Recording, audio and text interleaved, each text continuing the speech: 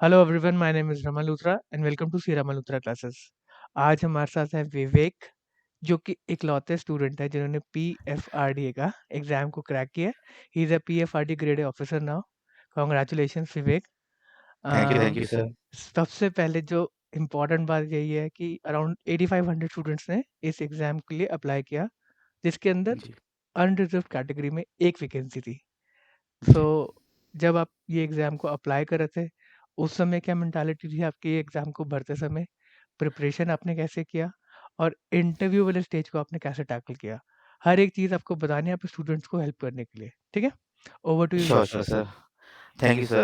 First of all, thanks for letting me on this channel with you and helping the fellow candidates for this.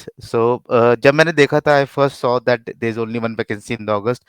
I was really unsure because एक vacancy पे कौन ही sure हो सकता है उस category में. हुँ, so there is like minimal chances kind of thing, लेकिन still because my background is CA, so I was basically eligible for the general and for FNA. सो मैंने बोला ओके, लेट्स कंसीडर कि I have an advantage of two seats and उस तरीके से पढ़ाई करता हूँ कि दोनों में से कोई एक तो कर ही पाऊँ एटलीस्ट.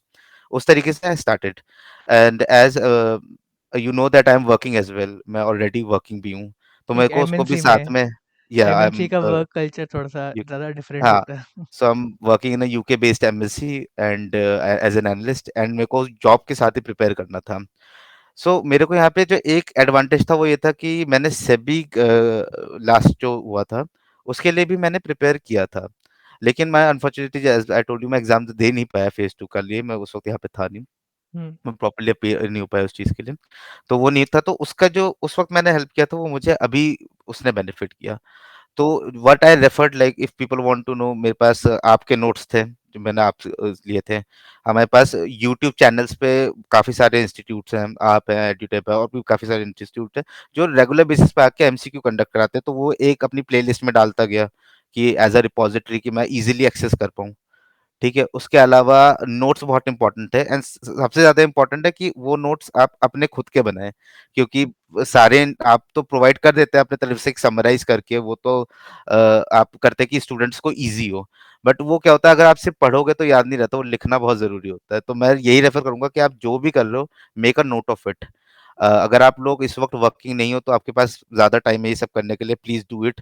अगर आप लोग वर्किंग भी हो तो भी मैं बोलूंगा एक शॉर्ट नोट तो एटलीस्ट बना के रखो. ठीक है, सरप्राइजिंगली जब मैंने फेज वन दिया, it was went like okay okay, क्योंकि मैं क्यूआर इन जीए में बहुत अच्छा नहीं हूँ. मैं उसमें तब मेरा स्ट्रॉन्ग हैंड नहीं है, क्योंकि मैंने वो सब ज्यादा पढ़ा भी नहीं. लेकिन पेपर टू मेरा अच्छा था, तो मैं उसके बेसिस पे I think I was able to pass through that exam. Paper two was really tough. Paper two में सबसे ज्यादा जो टफ फील हुआ था वो ये था कि फाइनेंस का सेक्शन एंड पेंशन का सेक्शन, क्योंकि सेबी में पेंशन का सेक्शन एज यू नो नहीं था. ठीक है, तो उसमें आपने जो आपके नोट्स थे, मुझे याद है आपका एक लेक्चर भी था, आई थिंक 42 या 44 मिनट्स का एक था लेक्चर, और आपके जो आई थिंक 50 क्वेश्चंस का एक बैंक था और नोट्स थे. तो उसमें वो बहुत काम है. एक दो क्वेश्चन आउट वो थे, वो तो ऑफ कोर्स होते ही हैं, एक आधी तो वो डालती हैं, पर मोस्टली की 80 आई थिंक आई आपके एटीसीसीडी टीडीएस का 80 सीसीडी का आया था, 194 94 आईए का आया आईए का था. आएगा सेक्शन नंबर, ठीक यस। है, तो ऐसे क्या होता है, कॉन्सेप्ट और सेक्शंस याद रखना बहुत कुछ इंपॉर्टेंट है, क्योंकि मैंने देखा over the period of time they are asking fact based question. वो उनको पता है ऑडिटर को अपॉइंट कैसे करना है, ये तो सीख ही लेगा बंदा. तो they are asking section numbers. Phase one के पेपर टू में कंपनी लॉ के कम से कम 5 से 6 क्वेश्चन थे जो सेक्शन नंबर बेस्ड थे, सेक्शन नंबर था, यस। कि 408 सेक्शन कौन सा है, 409 सेक्शन कौन सा है, इस तरीके के क्वेश्चन थे कि कॉन्सेप्ट दिया है, सेक्शन बताओ. तो वो थोड़ा फैक्ट बेस्ड होता है, इतना याद नहीं रखता है इंसान थोड़ा, तो वो मैं बोलूंगा कि याद करो, क्योंकि उसके बेसिस पे क्वेश्चन आ रहे हैं. सेक्शन नंबर्स वेरी इंपॉर्टेंट हो गए हैं अब मुझे लग रहा है. ठीक है, सेबी के पॉइंट ऑफ व्यू से बोलूं तो टैक्स नहीं था, पर टैक्स के क्वेश्चन आए थे पिछली बार. फॉर्म नंबर पूछ लिया था, सेक्शन नंबर पूछ लिया था, तो वो चालान पूछ रहे नंबर हैं. पूछा था लास्ट टाइम। चलान नंबर यस। पूछा था. ठीक है, तो सजेस्ट ये रहेगा कि बेसिक्स से स्टिक रहो. ठीक है, फैक्चुअल क्वेश्चंस पे ध्यान दो. ठीक है, बहुत ज्यादा कॉम्प्लिकेटेड क्वेश्चंस, बहुत ज्यादा ग्राफ बेस्ड क्वेश्चंस जैसे इकोनॉमिक्स में मे भी आ जाए, बट बहुत कम आते हैं. ठीक है, ऐसा कुछ नहीं होता. मेरा जो अटेम्प्ट था जनरल कैटेगरी इसमें, जो मेरा अटेम्प्ट था for phase two was 48 out of 50. हुँ, मेरा 48 अटेम्प्ट था, जिसमें से I was quite sure about 42 around. बाकी मेरा थोड़ा-सा एजुकेटेड गेस था कि हाँ, ठीक है, इस तरीके से करूँगा क्योंकि मुझे पता था एक सीट है, अगर मैं एजुकेटेड गेस नहीं करूँगा यहाँ पे, तो वो होगा भी नहीं, ठीक है?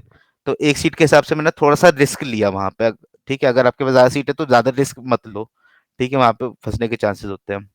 तो फेज़ 1, फेज़ 2 में मैंने बता दिया फैक्ट बेस्ड क्वेश्चन, बेसिक से स्टिक रहो, you can refer ICM module, you can refer your notes, ठीक है? नोट्स को लिखो ज़रूर, ठीक है? वो सब बहुत इंपॉर्टेंट है और जैसे मैनेजमेंट वगैरह है, इसके क्वेश्चंस आ जाते हैं और ये बहुत ही प्लेन ट्रिकी वैनिला क्वेश्चन होते हैं। प्लेन ट्रिकी भी वैनिला होते क्वेश्चन होते हैं। हैं, हाँ, ट्रिकी ट्रिकी भी भी होते होते हैं, हैं, हाँ। लेकिन जैसे आपको नाम याद है, अगर आप उस चीज़ में अच्छे हो कि आपको नाम याद है, थ्योरी याद है वैसा वाला, तो आप कर लोगे, ठीक है? उस तरीके से यू कैन डू इट। एक अ, एक फ इम्पोर्टेंट बात, जब आपने हाँ। इंटरव्यू में बैठे थे, तो मिक्स क्या हुँ, था? हुँ। 10 स्टूडेंट्स आपके उस कैटेगरी में जो इंटरव्यू देने आए थे, तो उसके हाँ अंदर जी। क्या मिक्स था? क्या मतलब स्टूडेंट्स का बैकग्राउंड क्या था? देखिए, मेरा इंटरव्यू एज़ आई सेड मैंने दोनों क्लियर किए थे। जनरल स्ट्रीम में भी क्लियर किया था, मैंने एफएनए बेस्ड स्ट्रीम किया था। तो जब जनरल उसमें मैं गया था तो मिक्स एजुकेशनल बैकग्राउंड की अगर बात करूँ, तो एजुकेशनल बैकग्राउंड में there were some post graduates, there were engineers also जो कि आ रखे थे।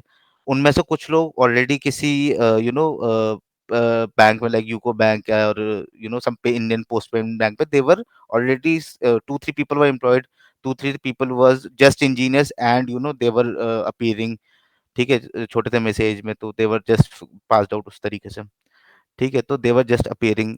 तो एक आई थिंक जब अगर मैं 10 का रेशियो देखूँ तो मेरे 4 5-6 लोगों से बात हुई थी and they all were engineers, okay. ठीक है? तो हुँ, इंजीनियर्स का एक अच्छा था that's what I first keep day पे। सेइंग ना कि इंजीनियर्स काफ़ी हाँ। अच्छा परफ़ॉर्म कर रहे हैं इस एग्ज़ाम के मैंने अंदर। इनफैक्ट सेबी हुँ, में भी देखा, मतलब लास्ट ईयर के रिजल्ट्स में व्हेन आई वाज़ एनालाइजिंग मैंने देखा कि एक अच्छा मिक्स है।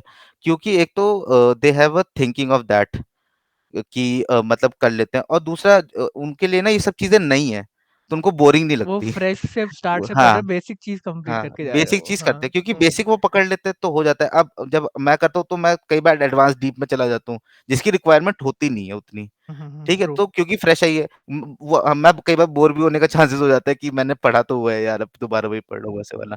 तो हैंडफुल थे, मतलब मैंने जैसे बताया ना 10 में से 6 तो थे।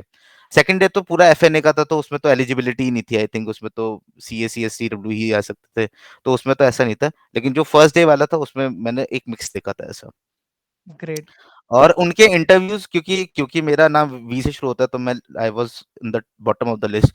तो वो आके एक छोटा-सा अपना इंटरव्यू का एक्सपीरियंस बता रहे थे। उनका अच्छा भी गया था। काफ़ी लोगों से इंजीनियरिंग बैकग्राउंड के क्वेश्चन पूछे थे। एक बंदा इलेक्ट्रिकल इंजीनियर था and he was posted in a bank. तो उसको दोनों में ग्रिल करने की कोशिश की गई थी। उसको इलेक्ट्रिकल इंजीनियरिंग के भी क्वेश्चन पूछे गए थे। उनको बैंक का रेपो रेट ये सारी चीज़ें कैसे काम करता है थोड़ा बहुत ये सब भी पूछा गया था। ठीक है, मेरे टाइम पे क्वेश्चंस थोड़े से बदल गए थे। मेरा काफ़ी लेट हुआ था। नहीं, नहीं, नहीं, अच्छी बात है, हाँ। लेट हुआ, अब सिलेक्शन हुआ, बात खत्म, जितना मर्ज़ी पढ़े हो। हाँ। यस, नहीं, यस सर। नहीं, तो सो ग्रेट विवेक, मैं आपने यस, या सेबी का थैंक नोटिफ़िकेशन फ़िल किया और उसके बाद अब आप सेबी का नोटिफ़िकेशन, ऑब्वियसली सेबी का एग्ज़ाम नहीं दे रहे, मैंने एज़ हाँ, मैंने फॉर्म फिल कर दिया है पर ऑफ कोर्स मैं there is no way because same ही ग्रेड है तो हाँ, and Vivek someone is else will get it. हाँ, दिल्ली का ही या बेस्ड है और पीएफआरडी भी दिल्ली में ही रहेगा। ये पीएफआरडी किस्मत हाँ, ये किस्मत मतलब किस्मत टाइप ही है कि मतलब मैं दिल्ली में हूँ and I love be with my family and I am getting a job right next to my house like hmm, 30-40 minutes traveling so it's so great Vivek, it's a win win kind of thing for me. Congratulations again, छोटा-सा thank you interview था, sir. Thanks a lot for coming. बाकी एक जो thank you sir. सब CA Raman Luthra classes try करते हैं एक चीज़ के लिए कि जो भी हमारे पास आउट स्टूडेंट्स हैं, हम कहते हैं कि आप प्लीज़ अवेलेबल रहना कि किसी स्टूडेंट को अगर आपकी हेल्प लगेगी, तो थोड़ा-सा अगर किसी को कनेक्ट श्योर करना सर। होगा तो आपसे कनेक्ट करवाएँगे, Sure, ठीक है? sir. Anytime, sir. Anytime. Up for it. All the Thank you, best, sir. Have a good day, congratulation, sir. Thank you, Thank you, same to sir. You, Bye. Bye.